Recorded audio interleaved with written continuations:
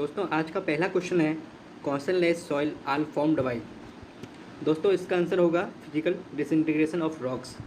दोस्तों हमारी सॉइल का निर्माण टू प्रोसेस से होता है। पहला होता है फिजिकल, दूसरा होता है chemical weathering of rocks. Physical weathering of rocks से हमारा कोर्स ग्रेन्ड सॉइल का निर्माण होता है, जब केमिकल वेदरिंग ऑफ रॉक्स से हमारा फाइन ग्रेन्ड सॉइल का निर्माण होता है। ओके दोस्तों, अगला क्वेश्चन है कॉन्सनलेस सॉइल क्या होती है। दोस्तों कॉन्सनलेस सॉइल वो होती है जिसमें कॉन्सन की प्रॉपर्टी नहीं पाई जाती। हमारी क्ले सॉइल, सिल्ट सॉइल हमारी कोहेसिव सॉइल होती हैं, जबकि सैंड एंड ग्रेवल हमारी नॉन कोहेसिव सॉइल होती है, जिसमें कॉन्सननेस की प्रॉपर्टी बिल्कुल नहीं पाई जाती। ठीक है दोस्तों, तो कॉन्सनलेस सॉइल इज, इसका आंसर हो जाएगा थर्ड सैंड। दोस्तों आज का हमारा तीसरा और इस सीरीज का 23वां क्वेश्चन है the soils that originated from weathering action on the rocks like granite, basalt, trap etc। इसका मतलब है कि ग्रेनाइट, बेसाल्ट, ट्रेप आदि रॉक पर वेदरिंग एक्शन के फलस्वरूप कौन सी मृदा का निर्माण होता है। तो दोस्तों इसका आंसर होगा ब्लैक कॉटन सॉइल और लेटराइट सॉइल। दोस्तों ब्लैक कॉटन सॉइल और लेटराइट सॉइल दोनों का निर्माण ग्रेनाइट, बेसाल्ट और ट्रेप चट्टानों के वेदरिंग एक्शन के कारण होता है। एलुअल सॉइल का निर्माण रनिंग वाटर के द्वारा होता है। और दोस्तों रेड सॉइल का रेल कलर आयरन ऑक्साइड के कारण होता है। ठीक है दोस्तों, तो इस प्रश्न का उत्तर दोस्तों ब्लैक सॉइल और लेटराइट सॉइल दोनों होंगे। दोस्तों अगला क्वेश्चन है the soil transported by water और deposited at the mouth of the stream is called. दोस्तों इसका आंसर होगा एलुअल सॉइल। मरीन सॉइल का निर्माण सी में डिपॉजिटेड मृदा को कहते हैं। एलन सॉइल का निर्माण अपना विंड के द्वारा होता है। ठीक है दोस्तों, तो इसका आंसर होगा एलुअल सॉइल। दोस्तों हमारा अगला क्वेश्चन है thixotropy of soils refers to. दोस्तों थिक्सोट्रॉपी क्या होती है। थिक्सोट्रॉपी की डेफिनेशन होती है it is the increase in strength with passage of time. ठीक है दोस्तों, मतलब कि टाइम के बीतने के साथ साथ मिट्टी का अपनी स्ट्रेंथ पा लेना, उसे थिक्सोट्रॉपी कहते हैं। तो दोस्तों इसका आंसर हो जाएगा बी।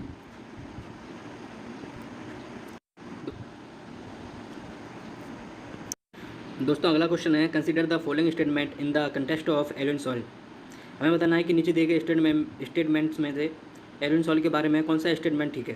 तो ठीक है दोस्तों, तो पहला स्टेटमेंट दिया गया the soil has low density and low compressibility.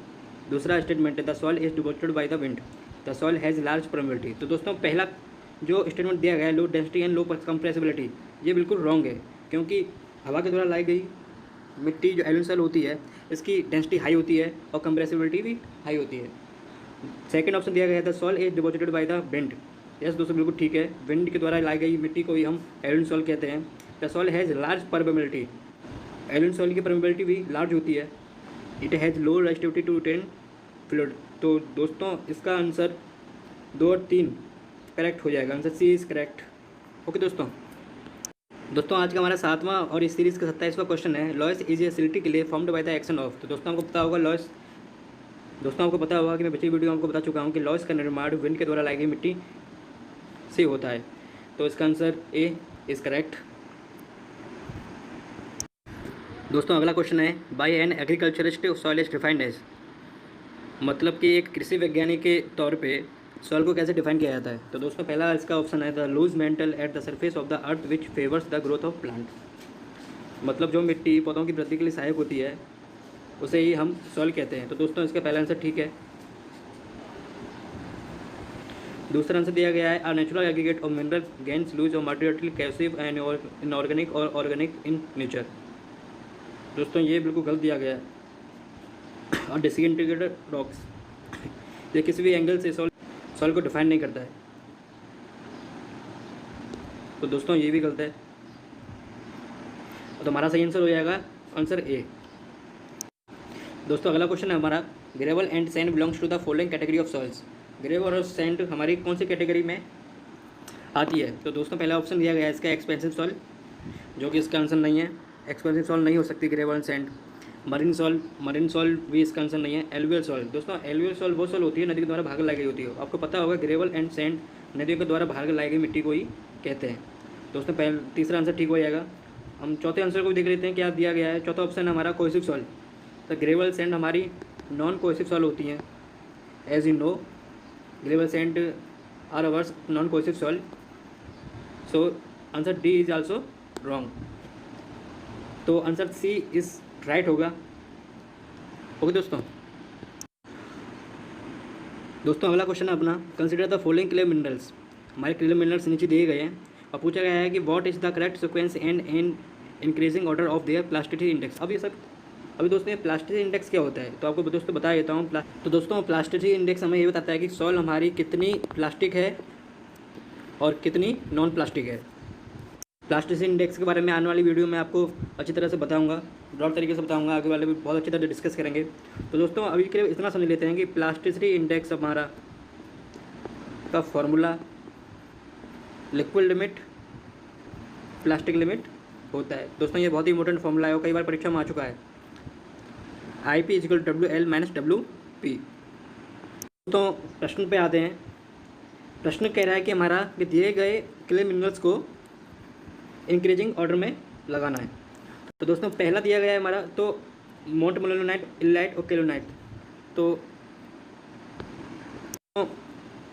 यदि आपने मेरे पीछे की वीडियो देखी हो तो मैंने इसके बारे में पहले भी डिस्कस कर चुका हूँ कि केलोनाइट सॉइल को हम एक चाइना के लिए भी बोलते हैं, जो कि बहुत ही सॉफ्ट क्ले होती है और जिसकी प्लास्टिसिटी इंडेक्स लगभग बिल्कुल कम होती है। दूसरा है मोंट मोलिनाइट। तो दोस्तों इसका मैंने एग्जाम्पल आपको पिछली वीडियो में दिया गया कि मोंट मोलिनाइट एक मिनरल्स होता है जो कि ज़्यादा मात्रा में ब्लैक कॉटन सॉइल में पाया जाता है, जो कि हाईली प्लास्टिक होती है। तीसरा है इलाइट। सर दोस्तों इलाइट क्ले मिनरल्स अपने सॉफ्ट क्ले में पाए जाते हैं, जो कि केलोनाइट से ज़्यादा प्लास्टिक होती है और मोंट मोलिनाइट से कम होती है। तो दोस्तों इसका करेक्ट ऑर्डर होगा मोंट मोलिनाइट, सॉरी कम से ज़्यादा में करना है ना, तो पहला होगा केलोनाइट, दूसरा होगा इलाइट और तीसरा होगा मोंट मोलिनाइट। तो दोस्तों इसका करेक्ट आंसर होगा आंसर बी। ओके दोस्तों आज की वीडियो बस इतना ही। अगली आने वाली वीडियो में आपको इससे आगे के 10 क्वेश्चन विद डिटेल सॉल्यूशन आपको सॉल्व कराऊंगा। तब तक के लिए दोस्तों नमस्कार। मेरे चैनल को प्लीज़ दोस्तों लाइक कर दीजिएगा और सब्सक्राइब भी कर दीजिएगा, जिससे मेरी नई वीडियो का नोटिफिकेशन आपको तुरंत मिल सके। ओके दोस्तों, थैंक यू।